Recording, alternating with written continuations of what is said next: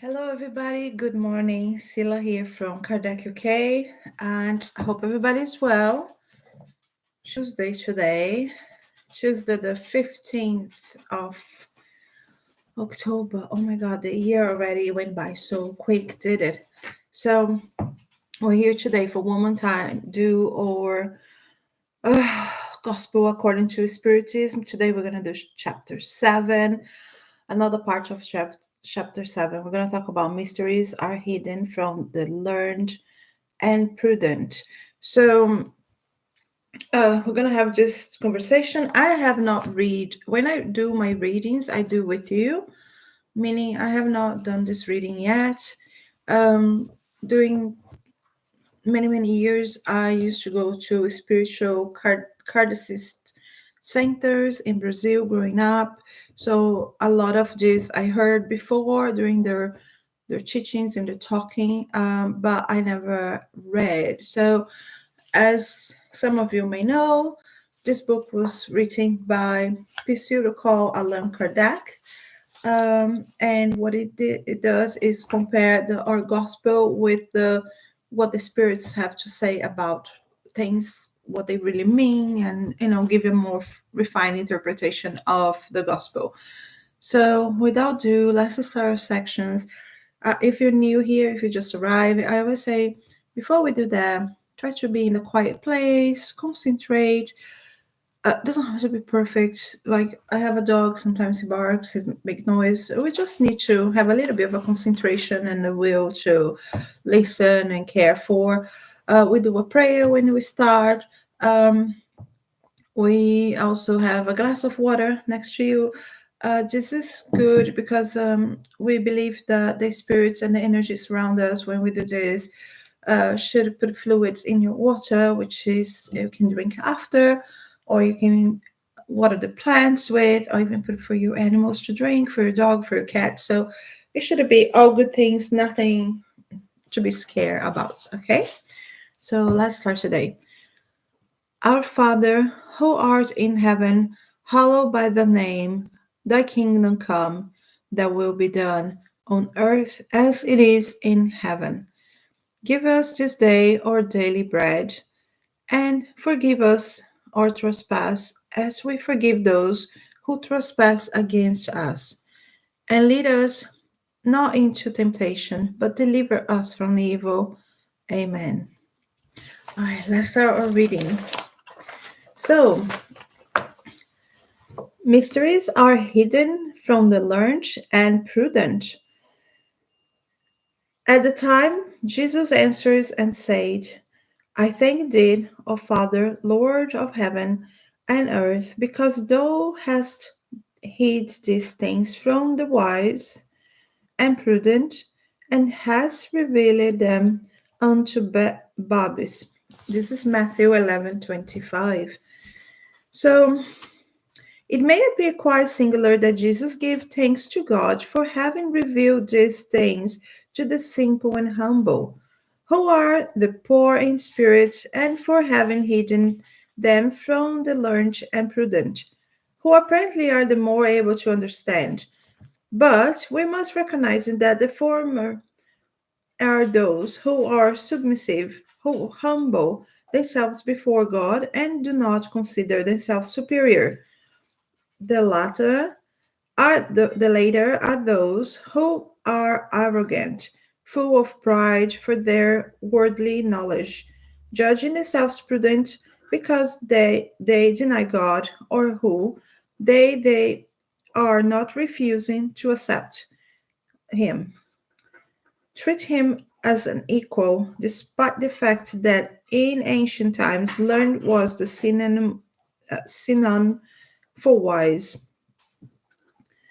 This is why God has left them to discover the secrets of earth and reveal the secrets of heaven only to the humble, who pros, prostrate,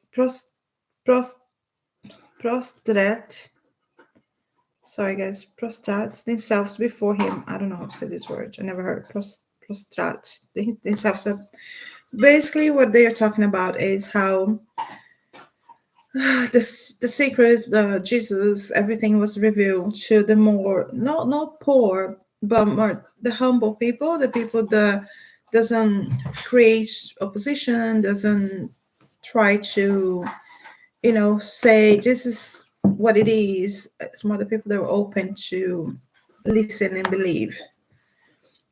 The same things has happened today with the great truths revealed by Spiritism. Many of those who are incredulous are surprised by the fact that spiritists take so little trouble to convince them. The reason for this being that it's preferable to look after those who seek with good faith and humility rather than of enlightenment of to those who suppose they already possess it, who perhaps imagine that God should be very thankful for having managed to attract their attention by providing his existence to them. So this is basically saying the spiritism comes easy as an explanation of things that make sense. It's not just, it's also saying that comes for people that don't want to show that they're learning something. They actually want to learn, in fact, and it's more about the real truth than really be showing or making up rituals or sceneries or something like that. Um, to me personally, why do I go for spiritism? Because explain things like Adam and Eve, for example. They were the only people on earth, but then suddenly they have kids, and their kids marry other people. So how come there was other people there? Things like okay, things, a few things they're saying in the Bible itself that are it has several interpretations. Spiritism bring light into that to me and explain to the point without going around and so that's for me personally attracts me to spiritism, but everybody's different and doesn't attract all the people, so that's like up to you guys. I'm just trying to, all right, continuing. The power of God manifests itself in all things, from the smallest to the greatest. He does not hide his light, but rather disperses it in constant waves to every corner of the universe, to such an extent that only those who are blind do not see. God does not wish their eye to be opened by force, seeing that they desire to keep them shut. Their time will come, but first it is necessary that they feel the anguish of darkness and so recognize it is the divine and not mere chance which hurts their pride. In order to overcome this incredulity,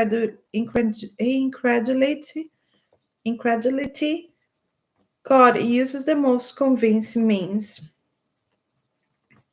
According to each individual, it is not their incredulity that prescribes what is to be done, nor it is up to them to say, if you want to convince me, then you must do this or that on a certain occasion, because this is what could persuade me. Therefore, those who are unbelievers should not be surprised if neither God nor the spirits who execute his wishes do not submit to these demands. Instead, they should ask themselves what they would say if the lowest of their servants tried to impose upon them in whatever form. God imposes the conditions of does not accept those who wishes to impose conditions to him. He listens kindly to those who direct themselves to him with with humility and not those who judge themselves greater than him. It is often asked if God could not touch these people personally by means of clearly evident manifestations before which even the most obstinate unbeliever would be convinced beyond all doubt he could. But in this case, what merit would begin, and more importantly, what use would it be? Do we not see people every day who do not bow down even before such evidence to say, even if I saw, I would not believe because I know it's impossible? If they deny through in such a manner, it is because their spirits have not yet reached sufficient maturity to enable them to understand, nor their hearts to feel it. Pride is a character that covers their vision. What God does is what God does, what good does it to show a light to one who is blind? Rather, it is first necessary to cure the cause of ill. This is why, as a skillful doctor, he first of all punishes their pride. He will never abandon any of his children, since sooner or later their eyes will be opened, but he wishes this to happen of their own free will. Then, defeated by the torments of incredibility, they will throw themselves of their own accord into his arms, begging to forgive just as prodigal son did. Okay, now I'm gonna read the instructions from the spirits, pride and humility. So this is our message that was being channeled by mediums, and the spirits were talking and explain about this. Okay, bear with me. My dear friends, may the peace of Lord be with you.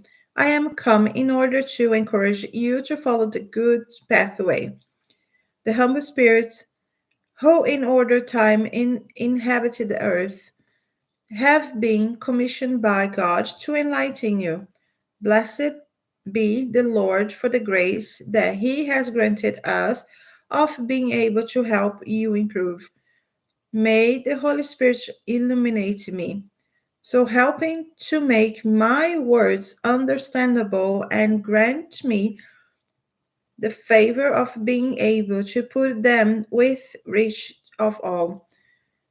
You who are incarnated, who undergo trials and are searching for the light, I pray that the will of God come to my aid so that I make his teaching shine before your eyes. Humility is a virtue much forgotten amongst you. Of the many examples given, very few have been followed. However, is it possible to be charitable to your neighbor without being humble? Of course not, because this sentiment reduces mankind to the same level by telling them they are brothers and sisters who should help one another mutually, which leads to a state of goodness. Without humility, you are merely adorning yourselves without virtues you do not possess, as if you use clothes, especially for the purpose of healing some physical deformity. Remember he who saved us. Remember his humility, which was so great as to put him above all the prophets. Pride is the terrible adversary of humility. If Christ if Christ promised the kingdom of heaven to the poor, it was because the great ones in this earth imagined their titles and riches to be recompenses conferred upon them due to merit, and so considered themselves to be of an essence much purer than that of the poor. They judged that the titles and riches were due to them, in view of which them God took them away, then accused him of injustice. Oh, what a mockery of God's justice! What blindness! Does God then distinguish by means of the body? Is not the physical covering for the poor person just the same as the rich person? Has the Creator made two kinds of humanity? Everything made by God is wise and great. Therefore, never attribute to Him those ideas created by your own prideful minds. Oh, you who are rich, why sleeping beneath your golden ceiling safe from the cold? Are you unaware that thousands of your brothers and sisters who in God's eyes are worth just as much as you say, sleep upon straw? Are not those who go hungry your equals? I know full well that you, pride revolts at my words. You agree to give alms, but you will never shake their hands. Why so? You will say, I, who I am of the noblest blood, one of the great of this earth, equal to those miserable wretches covered in rags. This is a vain utopia of pseudo philosophers. If we are equal, if we are equal, sorry guys, why would God have placed them so low and me so high? It is quite true that your vestments are not alike, but if you undress it yourselves, what difference would there be between you and them? Nevertheless, those of noble blood would say that is a chemical difference, but it but till today no such difference has been even discovered between the blood of a lord and the of a plebeian, or that of a master and that of his slave. Who can guarantee that is in the past you too have not been wretched and unfortunate as they are now, that you too have not begged for alms? Who can say that you one day in the future will not beg alms and one of the spies today? Are riches eternal? Do they disappear when the body extinguishes itself? After all, body is nothing more than a perishable covering of the spirit. Ah, cover yourselves with a little humility. Cast your eyes finally on the reality of the things of this world, on what leads to greatness on the one hand and debasement on the other.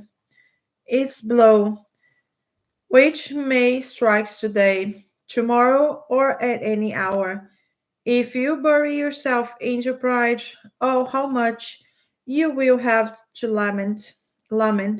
Then you will be deserving of great compassion. You who are so full of pride, what were you before you become noble and powerful? Probably you were beneath the lowest of our servants. Therefore, bow down your housely brows, for God calls you to fall at the exact moment when you most exalt yourselves. All men are equal on the divine scale of justice. Only virtue makes them distinction in the eyes of God. Our spirits come from the same essence, and all bodies are formed the same matter. Your titles and names modify nothing. They remain in the tomb and in no way constitute the possibility of enjoying the fortunes of the chosen. Their titles and nobleness are based solely on acts of charity and humility. Poor creature, you are a mother. Your children suffer. You are cold and hungry, while you bent under the burden of the cross. Go out to humiliated in self, in order to bring them bread. Oh, I bow down before you. How saintly and noble you are, how great in my eyes. Pray and wait, because happiness still is not of this world. God will grant the kingdom of heaven to the poor and oppressed who have confidence in him. All right, I'm going to stop here because it's a very long reading, but this was said by the spirit of Lacordaire, Constantine, 1863. So basically, what it's saying is not. Let me see if I can explain this. It's not bad to be rich. It's not that. It's bad to be rich and not charitable. It's bad to be rich and had pride, thinking you were better than other people because you were rich. So, if you are rich, in my view, you have a even bigger mission in this earth, because you have to be smart and, yes, use your money for whatever you want to do, but also you have to participate in charity. And I'm not talking just financial charity, I'm talking about be available to help others, be, um, yes, donate financially to the ones in need, but also be present for others, be helpful, giving advice, be a ear to listen to your friends complaints when they need, be advised to be truthful to others. All this is charity. Charity is not only financial, but is help your brothers and sisters. We're all equals. The problem is that in the day that we live today, there's a lot of scams, there's a lot of things, and we are afraid to put ourselves out there. But God will always give a way for us to prove our worth. So we will find ways to be charitable to others. But if we turn the blind eye to those opportunities, then we are guilty of not doing enough. Especially those that are born or have a good lifestyle, have a good money, have you know positions of power, has those that achieve this is because they have a bigger mission. They have to prove that they can be charitable and not take the money or the position and become, you know, thinking they're better than others. Okay, I hope this came into light a little bit. I hope I didn't make more complicated than it should be. So we're gonna stop here now. And yeah, lots to think about. And I'm sorry sometimes I get caught up on the reading and I get stumbled because some words are new to me, and this is a very old book. Was written in I think it was I don't even know 1890, yeah, 1800s, and also it quotes things from the Bible itself. So it quotes in the language that was written. So sometimes it's really hard for me, but I think I've been getting better. So let's continue. So until next week, until next Tuesday, please stay present. Please stay here. And we can see, and if you know somebody that needs maybe to hear something like this, maybe they are confused about their purpose here in this planet, and it's always good to read or listen to this podcast about these books from Allan Kardec, because give you perspective in life. So thank you so much, and talk to you soon. Take care. Have a good week. Bye.